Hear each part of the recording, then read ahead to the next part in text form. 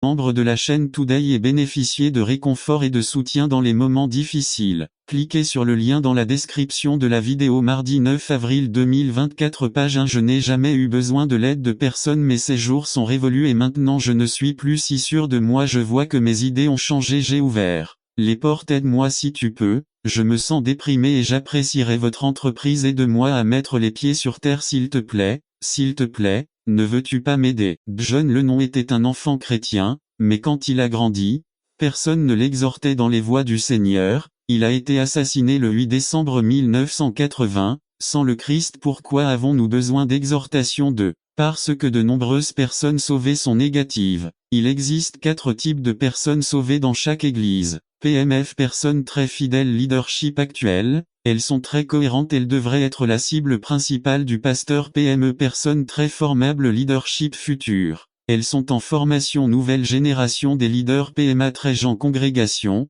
ils aiment le pasteur et ses méthodes, ils sont très heureux dans l'église. Ils ne contribuent pas beaucoup, mais ils ne causent pas de problème. PM, des personnes très lasses, ils sont très négatifs, ils jugent constamment d'autres. Ils sont apparemment d'accord avec le pasteur et ses méthodes, mais la réalité est qu'ils ne le sont pas. Les PMD ne devraient pas être comme ça, il n'est pas nécessaire d'être négatif. C'est pourquoi nous avons besoin de l'exhortation. Le plus triste, c'est que les gens blessés blessent les autres, parce que c'est la seule chose qu'ils savent faire, tout comme leur vie, ils se comportent également envers les autres. 2 Corinthiens 5:17. Si donc quelqu'un est en Christ, il est une nouvelle création, les vieilles choses sont décédées, voici, ils sont tout renouvelés. Pourquoi avons-nous besoin d'exhortation? 3. Parce que de nombreuses personnes sauvées sont compétitives. N'attendez pas qu'il soit trop tard. Devenez membre de la chaîne Today et bénéficiez de réconfort et de soutien dans les moments difficiles. Cliquez sur le lien dans la description de la vidéo. Mardi 9 avril 2024 page 2. Nous voulons tout plaire aux pasteurs,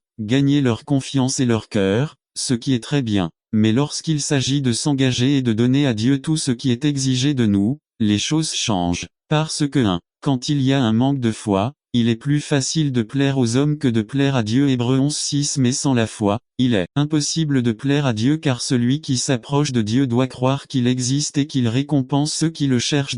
Nous recherchons la reconnaissance publique avant de rechercher la faveur de Dieu. Marc 1:35. Jésus fait le tour de la Galilée en prêchant. Se levant tôt le matin, alors qu'il faisait encore très noir, il partit et se rendit dans un endroit désert, et là il pria. Luc 5:16. Mais il se retira dans des lieux déserts et pria. 3. Nous regardons les défauts de notre frère avant de regarder les nôtres. Matthieu 23:26. Pharisiens aveugles, nettoyez d'abord ce qui se trouve à l'intérieur du verre et de l'assiette, afin que ce qui se trouve à l'extérieur soit également propre. Nous devons prendre une décision importante aujourd'hui. Soit nous nous unissons pour gagner ensemble, soit nous nous entretuons en compétition. Que ferons-nous? Rappelez-vous que chaque fois que quelqu'un gagne, il y en a un autre qui subit une perte. Pourquoi avons-nous besoin d'une exhortation? 4. Parce que nous vivons dans un monde déchu. À chaque mesure de joie correspond une mesure de douleur. Dieu n'a pas créé des chrétiens indépendants, mais il a formé le corps du Christ. Prier les uns pour les autres, prendre soin les uns des autres, s'aimer, nous sommes un corps, c'est pourquoi nous avons besoin d'exhortation. Le monde nous regarde et nous analyse en disant: je ne vais pas à l'église parce que ce sont des hypocrites. Ce serait bien si nous attirions les gens par l'amour que nous avons les uns pour les autres. 1 Corinthiens 15:58. C'est pourquoi, mes frères bien-aimés, demeurez fermes et constants, grandissant toujours dans l'œuvre du Seigneur, sachant que votre œuvre dans le Seigneur n'est pas vaine. N'attendez pas qu'il soit trop tard. Devenez membre de la chaîne Today et bénéficiez de réconfort et de soutien dans les moments difficiles. Cliquez sur le lien dans la description de la vidéo. Mardi 9 avril 2024 page 3. Prendre chaque pensée captive. Résumé. Objectif du message. Encourager la congrégation à prendre chaque pensée captive à l'obéissance du Christ par Major Gerardo Balmori. Prendre chaque pensée captive. 2 Corinthiens 10:4-5. L'armée du salut. Major Gerardo Balmori. But du message: encourager l'assemblée à prendre chaque pensée captive de l'obéissance du Christ. 2 Corinthiens 10. Paul défend son ministère. 1 Moi, Paul, je vous prie pour la douceur et la tendresse du Christ, moi qui, étant présent, je suis certes humble parmi vous, mais absent je suis audacieuse envers vous. 2 Je prie donc pour que, lorsque je serai présent, Je n'ai pas à user de l'audace avec laquelle je suis prêt à agir résolument contre certains qui considèrent que nous marchons selon la chair 3/4, même si nous marchons dans la chair. Nous ne combattons pas selon la chair 4 car les armes de notre guerre ne sont pas charnelles, mais puissantes par Dieu pour renverser les forteresses. 5. Renverser les arguments et tout ce qui s'élève contre la connaissance de Dieu, et emmener toute pensée captive à l'obéissance de Christ. 6. Et être prêt à punir toute désobéissance, quand ton obéissance est parfaite. Introduction. Avant ce chapitre, le ton de 2 Corinthiens change. Paul reçoit des informations de Tite sur la situation de l'église corinthienne, qui remet en question son autorité d'apôtre. Selon eux, au verset 10.1, l'apôtre Paul semble résolu dans ses lettres mais très faible et timide face aux gens. Paul leur parle de la puissance qu'il possède, qui est la puissance divine venant de Dieu, qui nous est donnée pour mener le combat spirituel. Les armes de notre milice ne sont pas destinées à blesser la chair, mais à briser l'ennemi spirituel. Dans cette guerre spirituelle ou stratéo, c'est sûrement de là que vient le mot stratégie, qui nous parle de strate ou de niveau d'attaque et de rang. Nous sommes bien armés pour détruire les pensées que Satan bombarde nos esprits. Si nous n'utilisons pas notre autorité en tant que chrétiens, la mauvaise idée ou pensée entre dans notre esprit et germe comme une graine du mal, qui devient un argument, une excuse ou un prétexte contre Jésus et sa justice.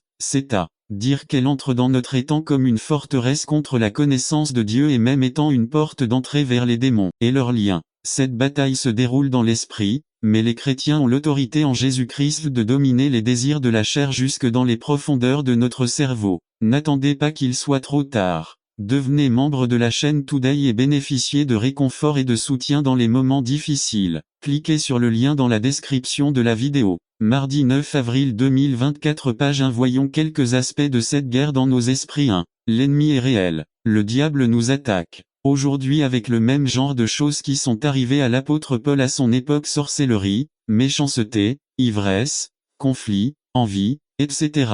En ne combattant pas directement nos mauvaises pensées, dont beaucoup sont causées par le diable, nous ne faisons pas face aux problèmes et nous n'obtenons donc pas la victoire sur elles. Il ne faut pas ignorer l'œuvre du diable, ses attaques et ses pièges, mais il faut être attentif, sobre et toujours vigilant. Matthieu 4, 1. Alors Jésus fut conduit par l'Esprit dans le désert pour être tenté par le diable. Acte 10, 38. Comment Dieu a oint Jésus de Nazareth du Saint-Esprit et de puissance, et comment il allait de lieu en lieu, faisant du bien et guérissant tous ceux qui étaient opprimés par le diable, parce que Dieu était avec lui. Éphésiens 6, 11. Revêtez toutes les armes de Dieu, afin de pouvoir résister aux ruses du diable. Jacques 4, 7. Soumettez-vous donc à Dieu. Résistez au diable et il fuira loin de vous deux. Le diable cherche à semer la confusion parmi le peuple de Dieu à Corinthe. La stratégie était de discréditer le messager, en l'occurrence l'apôtre Paul. 2 Corinthiens 10. Paul défend son ministère. 1. Moi, Paul, je vous prie pour la douceur et la tendresse du Christ,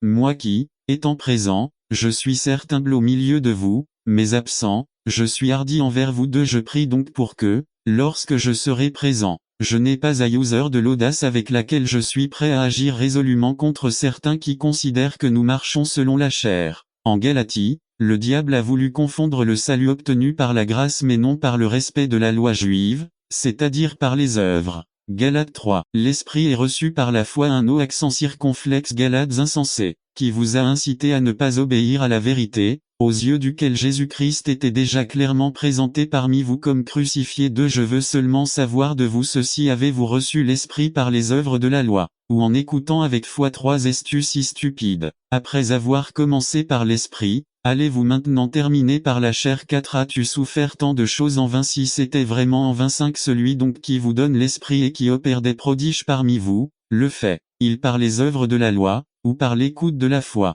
Dans Colosse, le diable a voulu susciter une philosophie gnostique qui cherchait à remplacer la foi en Jésus-Christ par une série de pouvoirs et d'autorités appelées la plénitude. Colossiens 2, 8 à 15. N'attendez pas qu'il soit trop tard. Devenez membre de la chaîne Today et bénéficiez de réconfort et de soutien dans les moments difficiles. Cliquez sur le lien dans la description de la vidéo. Mardi 9 avril 2024 page 2. Plénitude de vie en Christ. 8. Prenez garde que personne ne vous séduise par la philosophie et par de vaines tromperies, selon les traditions des hommes, selon les rudiments du monde, et non selon Christ. 9. Car en lui habite corporellement toute la plénitude de la divinité. 10. Et vous êtes complet en lui, qui est le chef de toute principauté et de toute puissance ont en lui, vous avez aussi été circoncis d'une circoncision faite sans les mains, en dépouillement du corps pécheur de la chair, par la circoncision de Christ 12 enterré avec lui dans le baptême, dans lequel vous avez aussi été ressuscités avec lui, par la foi en la puissance de Dieu qui l'a ressuscité des morts. À 13 et vous, étant morts par vos péchés et par l'incirconcision de votre chair, vous vivez avec lui, b. vous pardonnant tous vos péchés, 14 annulant le registre des décrets qui étaient contre nous et qui étaient contraires à nous, l'enlevant du chemin et le clouant sur la croix, c. 15 et, dépouillant, il exhiba publiquement les principautés et les puissances, triomphant d'elles sur la croix. Aucune de ces pensées n'a prospéré, mais elles sont tombées sous la puissance merveilleuse de Jésus-Christ. Dans chaque église, c'était différent, mais l'ennemi cherchait à diluer l'évangile et à le détruire. Le diable a toujours voulu dégrader la suprématie du Christ et le rendre moins important qu'il ne l'est actuellement. Aujourd'hui, nous réalisons cette tendance en observant la science et la connaissance actuelle, qui exalte l'homme et ses idées au-dessus de la connaissance de Dieu et de son obéissance. Ce comportement élève la science au niveau de la religion, où l'homme est son Dieu. 3. Le diable cherche à attaquer l'esprit. Le diable sait que toutes les actions commencent par la pensée. L'adultère, le suicide, l'alcoolisme, la toxicomanie et les abus de toutes sortes commencent par des pensées négatives et des pensées fausses. Il y a un dicton qui dit « Prenez soin de vos pensées, car elles deviennent des mots. Surveillez vos paroles parce que des actions sont entreprises. Surveillez vos actions parce qu'ils deviennent des habitudes. Surveillez vos habitudes parce qu'ils deviennent votre personnage. Prenez soin de votre personnage parce que cela deviendra votre destin. 2 Corinthiens 10, 4-5 Car les armes de notre guerre ne sont pas charnelles, mais puissantes par Dieu pour démolir les forteresses, renverser les arguments et tout ce qui s'élève contre la connaissance de Dieu, et ramener toute pensée captive à l'obéissance au Christ. Bref, nous sommes engagés dans un combat qui commence dans notre esprit. L'ennemi est réel et cherche à nous vaincre avec des pensées négatives et mondaines. Nous devons être sur nos gardes et réaliser que nous sommes dans une guerre où le champ de bataille est notre propre tête qui peut être remplie de la pensée de Dieu et de sa justice, amenant chaque pensée captive à l'obéissance au Christ.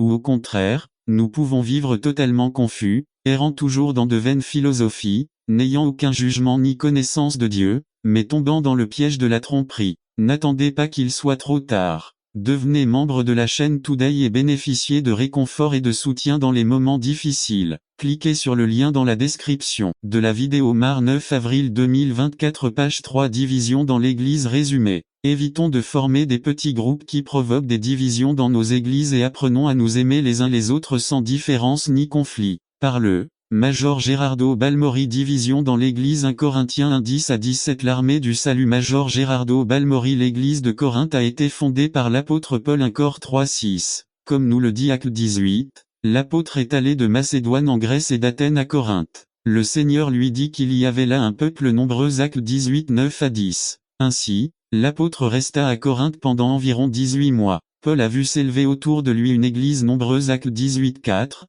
8, 10 composé en grande partie de gentils. 1 Cor 12-2, mais aussi de juifs. Même Crispus, le chef de la synagogue, croyait au Seigneur avec toute sa maison. Mais l'apôtre partit et s'installa à Éphèse, où il résida 3 ans, à la fin desquels il écrivit l'épître aux Corinthiens. 56 Après J.C. Que s'est-il passé pendant votre absence? L'épître nous décrit les types de problèmes qui se sont développés dans l'église corinthienne. Entre autres choses, il y avait la division, le désordre moral, la confusion concernant le mariage, les offrandes aux idoles, les dons spirituels, la scène du Seigneur et la résurrection. Bref, et comme cela a déjà été mentionné, l'église de Corinthe n'était pas très différente de nos églises d'aujourd'hui. Les Corinthiens vivaient dans cet environnement. Mais il y a autre chose, en lisant la salutation de la lettre, nous remarquons que Paul s'adresse à eux comme à l'église de Dieu qui est à Corinthe, ceux qui sont sanctifiés en Jésus-Christ, appelés à être saints. 1-2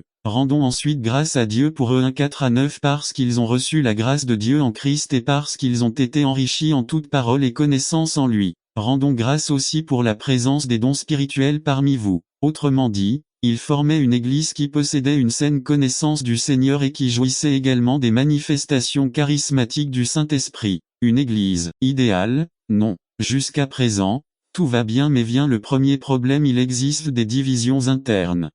En tant qu'Église, avaient les fondements de la doctrine chrétienne et étaient de fidèles disciples du Christ, mais ils étaient divisés. C'est ce que nous pouvons voir au V10. Je vous exhorte donc, frères, au nom de notre Seigneur Jésus Christ, que vous disiez tout la même chose, et qu'il n'y ait pas de division entre vous, mais que vous soyez parfaitement unis dans le même esprit et dans la même opinion. Je suis sûr que vous avez entendu cette célèbre phrase sur diviser pour mieux régner, divide et vince, est l'une de ces citations historiques attribuées à tout le monde de Jules César à Napoléon Bonaparte. Son auteur est cependant inconnu. Elle a été popularisée par Nicolas Machiavel, et nous ne pouvons douter du fait qu'il s'agit d'une triste réalité, mais encore plus triste lorsqu'elle se produit au sein de l'Église. N'attendez pas qu'il soit trop tard. Devenez membre de la chaîne Today et bénéficiez de réconfort et de soutien dans les moments difficiles. Cliquez sur le lien dans la description de la vidéo. 9 avril 2024 page 1. Et se passe ce qui arrive plusieurs fois dans l'Église. Nous avons des divisions entre nous,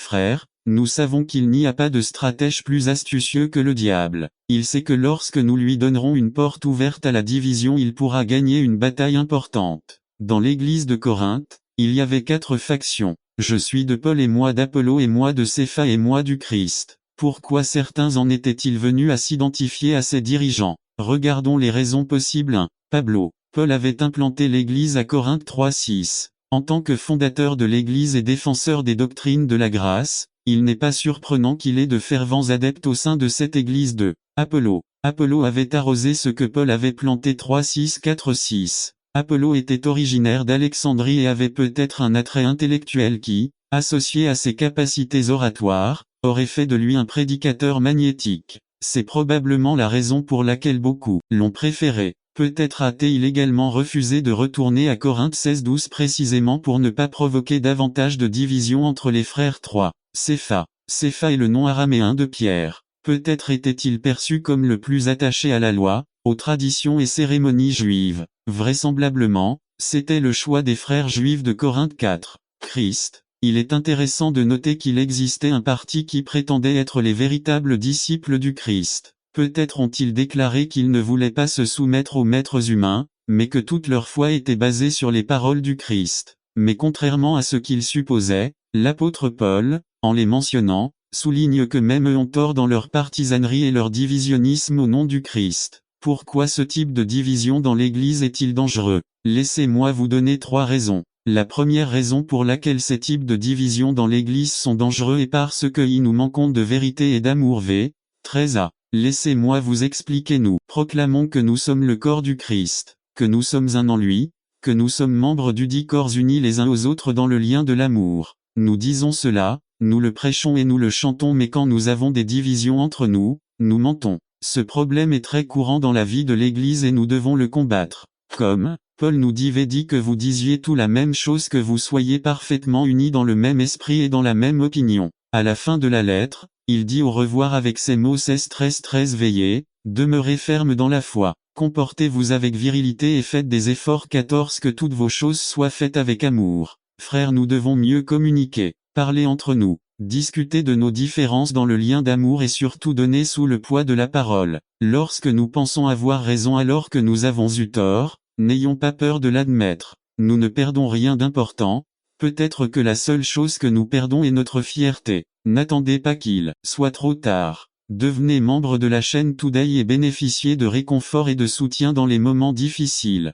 Cliquez sur le lien dans la description de la vidéo. Mardi 9 avril 2024 page 2. Une autre raison pour laquelle ces types de divisions dans l'Église sont dangereux est que nous devenons disciples des hommes. V13b. Paul leur demande avec insistance. Paul a-t-il été crucifié pour vous? Ou avez-vous été baptisé au nom de Paul? En d'autres termes, qui a donné sa vie pour vous? Qui est-ce uni par la foi? Pasteur, à tel ou tel frère? Bien sûr que non. C'est un autre danger pour nous dans notre congrégation. Ah, je suis un tel, c'est mon leader préféré, je n'obéis qu'à lui. Frère, il est inévitable qu'il y ait des liens d'amitié particuliers entre certains. Il est normal qu'il y ait des sentiments de sympathie plus forts envers certaines personnes. Ce n'est pas mal, mais le plus dangereux c'est qu'on se retourne les uns contre les autres. Divisons l'Église en formant des groupes de favoris. Gardons-nous de créer des divisions entre nous. Qui suivons-nous finalement? Nous devons suivre le Seigneur.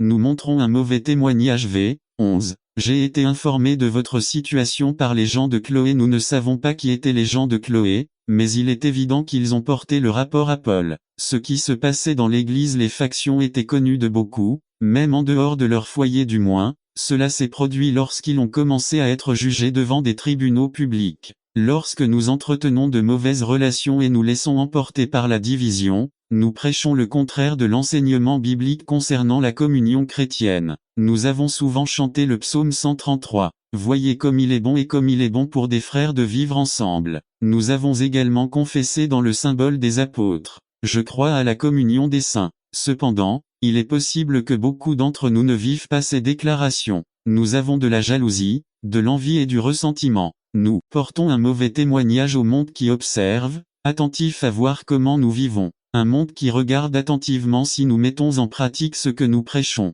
Avez-vous déjà entendu quelqu'un dire pourquoi devrais-je devenir chrétien s'il est hypocrite? Je ferais mieux de rester comme je suis. Frères, entendons-nous bien. Même si nous avons des divergences d'opinion et de goût, veillons à ce que l'amour chrétien prévale. Paul le dit aux Romains. Aimez-vous les uns les autres d'un amour fraternel. Devenez membre de la chaîne Today et bénéficiez de réconfort et de soutien dans les moments difficiles. Cliquez sur le lien dans la description de la vidéo. Mar 9 avril 2024 page 3 Soldats unis, armée victorieuse résumé. Le voyage à travers la vie d'un chrétien est un chemin de guerre. Nous sommes constamment confrontés à des tentations, des attaques et des luttes constantes. Dans cette leçon, je veux que vous voyiez l'importance d'avoir la foi et de prier les uns pour les autres sur le champ de bataille par le Major Gerardo Balmori. Soldats unis, armée victorieuse. Exode 17 8-16. L'armée du salut. Major Gerardo Balmori. Introduction. Le voyage à travers la vie d'un chrétien est un chemin de guerre. Nous sommes constamment confrontés à des tentations, des attaques et des luttes. Dans cette leçon, je veux que vous compreniez l'importance d'avoir la foi et de prier les uns pour les autres sur le champ de bataille de la vie. Nous sommes l'armée de Dieu, et si nous voulons la victoire, il vaut mieux que nous commencions à agir comme une armée en union et en soutien à nos camarades combattants. Israël représente l'armée de Dieu, nous le sommes aussi aujourd'hui. Lisons Exode 17, 8-17, 16. Israël a appris que la tentation vient après une victoire. Les enfants d'Israël avaient été bénis juste avant par le miracle de l'eau sur le rocher de. Remarquez-vous comment l'ennemi vient directement à nous juste après que Dieu nous ait bénis au travail, à l'école, à l'église, etc. Ce sont des champs de bataille. La victoire contre Pharaon fut suivie par les eaux de Maraël. Étaient amères ces tentations après le baptême de Jésus puis vint Amalek. Notez le lien avec le verset 3 septembre. Israël était encore à Rephidim, le lieu de réconfort, de repos, le lieu où Dieu venait de donner leur de l'eau. 2. Ils apprirent qu'ils peuvent être entre les mains de Dieu dans la bataille. 1. Moïse avait appris qu'il n'avait pas à s'inquiéter face à l'ennemi, parce que Dieu s'était montré digne de confiance dans le passé. 2. Par la foi, ils ont immédiatement mis en œuvre un plan qui donnerait la victoire à Israël. V9a. Moïse a ordonné à Josué de choisir des hommes et non des mâles. Il recherchait des hommes de foi et des hommes de courage avec le contact et la présence de Dieu dans leur vie qui vaincra les Amalécites. La façon dont Moïse ordonnait les choses et la manière dont il le disait. Il n'y avait aucun doute dans leur foi et leur confiance qu'ils obtiendraient la victoire à la suite de la bataille. Il n'y avait aucune distraction ou hésitation à vaciller dans son. N'attendez pas qu'il soit trop tard. Devenez membre de la chaîne Today et bénéficiez de réconfort et de soutien dans les moments difficiles. Cliquez sur le lien dans la description de la vidéo. Mardi 9 avril 2024 commente page 1. Il a ordonné à Josué de partir au combat. Ils sont tous sortis avec foi pour gagner 3. Moïse était déterminé à se tenir au sommet de la colline V10. Il avait appris qu'il y avait une assistance divine au sommet de la colline. Psaume 121, 1-2. Je lèverai mes yeux vers les montagnes. D'où vient mon aide? 2. Mon secours vient du Seigneur, qui a fait les cieux et la terre. 4. La colline représente